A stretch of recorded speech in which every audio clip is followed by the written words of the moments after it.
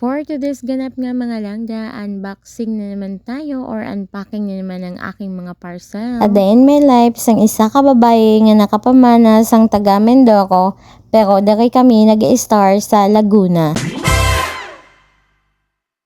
At dahil sabay-sabay nga dumating itong aking mga parcel ay sabay-sabay ko na nga din itong buksan. Bali ito nga yung mga paninda ko at yung iba naman ay gamit sa bahay. At itong unang bubuksan ko nga ay isa ito sa mga paninda ko dito sa aking tindahan. At mabili nga ito sa mga bata, mga langga. Sabi nga ng iba, yung piso daw ay wala ka na daw mabibili sa ngayon. Pero dito nga sa tindahan ko ay meron pa mga langga. At yan nga yung binebenta ko na tag-piso. Bali yan ay crispy mallows. Nakamix na din yung flavor niyan. At ang sunod nga na nabuksan ko ay regalo ko nga yan sa anak ng kaibigan ko dahil magkikita nga kami. At timing nga rin na dumating itong aking parcel dahil kinabukasan nga ay magkikita kami ng kaibigan ko. At ang sunod ko naman na nabuksan ito nga yung aking mga paninda din dito sa aking tindahan. Mga laruan nga ito at pabili din ito sa mga bata. Bale, binibenta ko nga rin yung isa niyan sa halagang 7 pesos at mabenta nga yan. Bale, yung iba nga dyan ay konti na nga lang yung natira. At ang sunod ko naman na nabuksan ay regalo ko nga rin ito sa aking kaibigan na kikitain bukas. Ang cute nga nitong sleepwear na nabili ko at bala ko nga rin mag-order ulit para naman sa akin. At ang sunod ko naman na nabuksan ay paninda ko nga rin ito sa aking tindahan.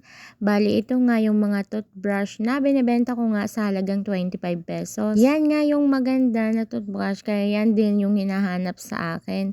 Dahil meron nga akong binibenta dito na malambot kaso ayaw nila. At yan nga yung toothbrush na babili sa akin at matagal nga akong hindi nagka-stock niyan. At ang sunod naman na nabuksan ko ay ito nga, paninda ko nga rin ito sa aking tindahan. Lahat nga ng mga parcel ko ngayon ay puro nga mga paninda ko. Bali yun nga yung popping candy at mabenta nga rin yun sa mga bata. Kapag nasa dila mo na kasi yun ay pumuputok nga kaya siguro nagustuhan din nila. At itong sunod ko nga na nabuksan ay paninda ko nga rin ito ulit sa aking tindahan. Bali ito nga ay kapareho nung una kong nabuksan na crispy mallows. At yan naman ay malalaki. Bali yung una maliliit at ito ay malalaki. At binibenta ko nga yan ng tig 2 piso yung isa o 3-5 at isa nga rin yan sa mabinta sa mga bata. At ang sunod ko naman na nabuksan ay itong aking gagawin na alkansya na naman. Syempre mga langga, hindi pwedeng palagi lang tayong parcel, kailangan din natin mag-ipon.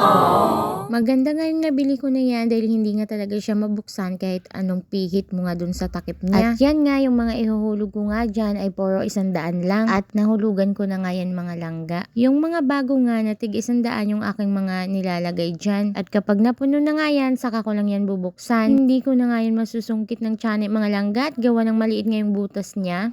Dahil yung iba kong mga alkansya ay nakakadukot mga ako o chinatiyanik ko.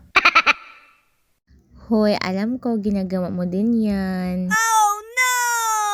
At napatayo nga muna ako dyan dahil meron ngang bumili. Dahil ako nga lang yung mag-isa dito sa bahay at nasa trabaho nga ang inyong kuya Laren. Kaya syempre, pag nag-take nga ako ng video ay patigil-tigil kapag meron ngang bibili. At ang sunod ko naman na nabuksan, isa nga rin ito sa aking paninda na mga jelly juice naman dahil hinahanap nga yan sa akin ng mga bata. Benebenta ko nga yan sa halagang 12 pesos yung isa. Bali ang tubo ko dyan mga langga ay 2 pesos lang. At syempre, papalamigin pa natin yan sa rep mga langga. Yung iba naman ay gusto matigas kaya yung iba nilalagay ko nga sa freezer. Dahil yung ibang mga bata ay mas gusto daw nila yung matigas. Dati wala akong paninda na ganito mga langga kaya bumili na nga ako dahil hinahanap nga ito sa akin. Palagi nga silang nagtatanong kung meron na daw akong paninda na jelly juice. Bali ito na nga yung pangalawang beses ko na umorder at umorder nga ako ng 5 box. Ang unang binili ko nga ay bali 3 lang dahil itatry ko nga kung mabili nga.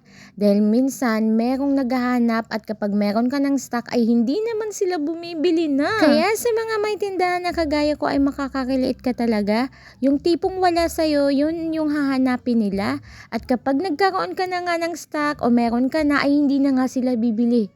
Abaw, ang galing talaga ng mga bata. O kahit sino naman customer, mapabata o matanda, ganun talaga.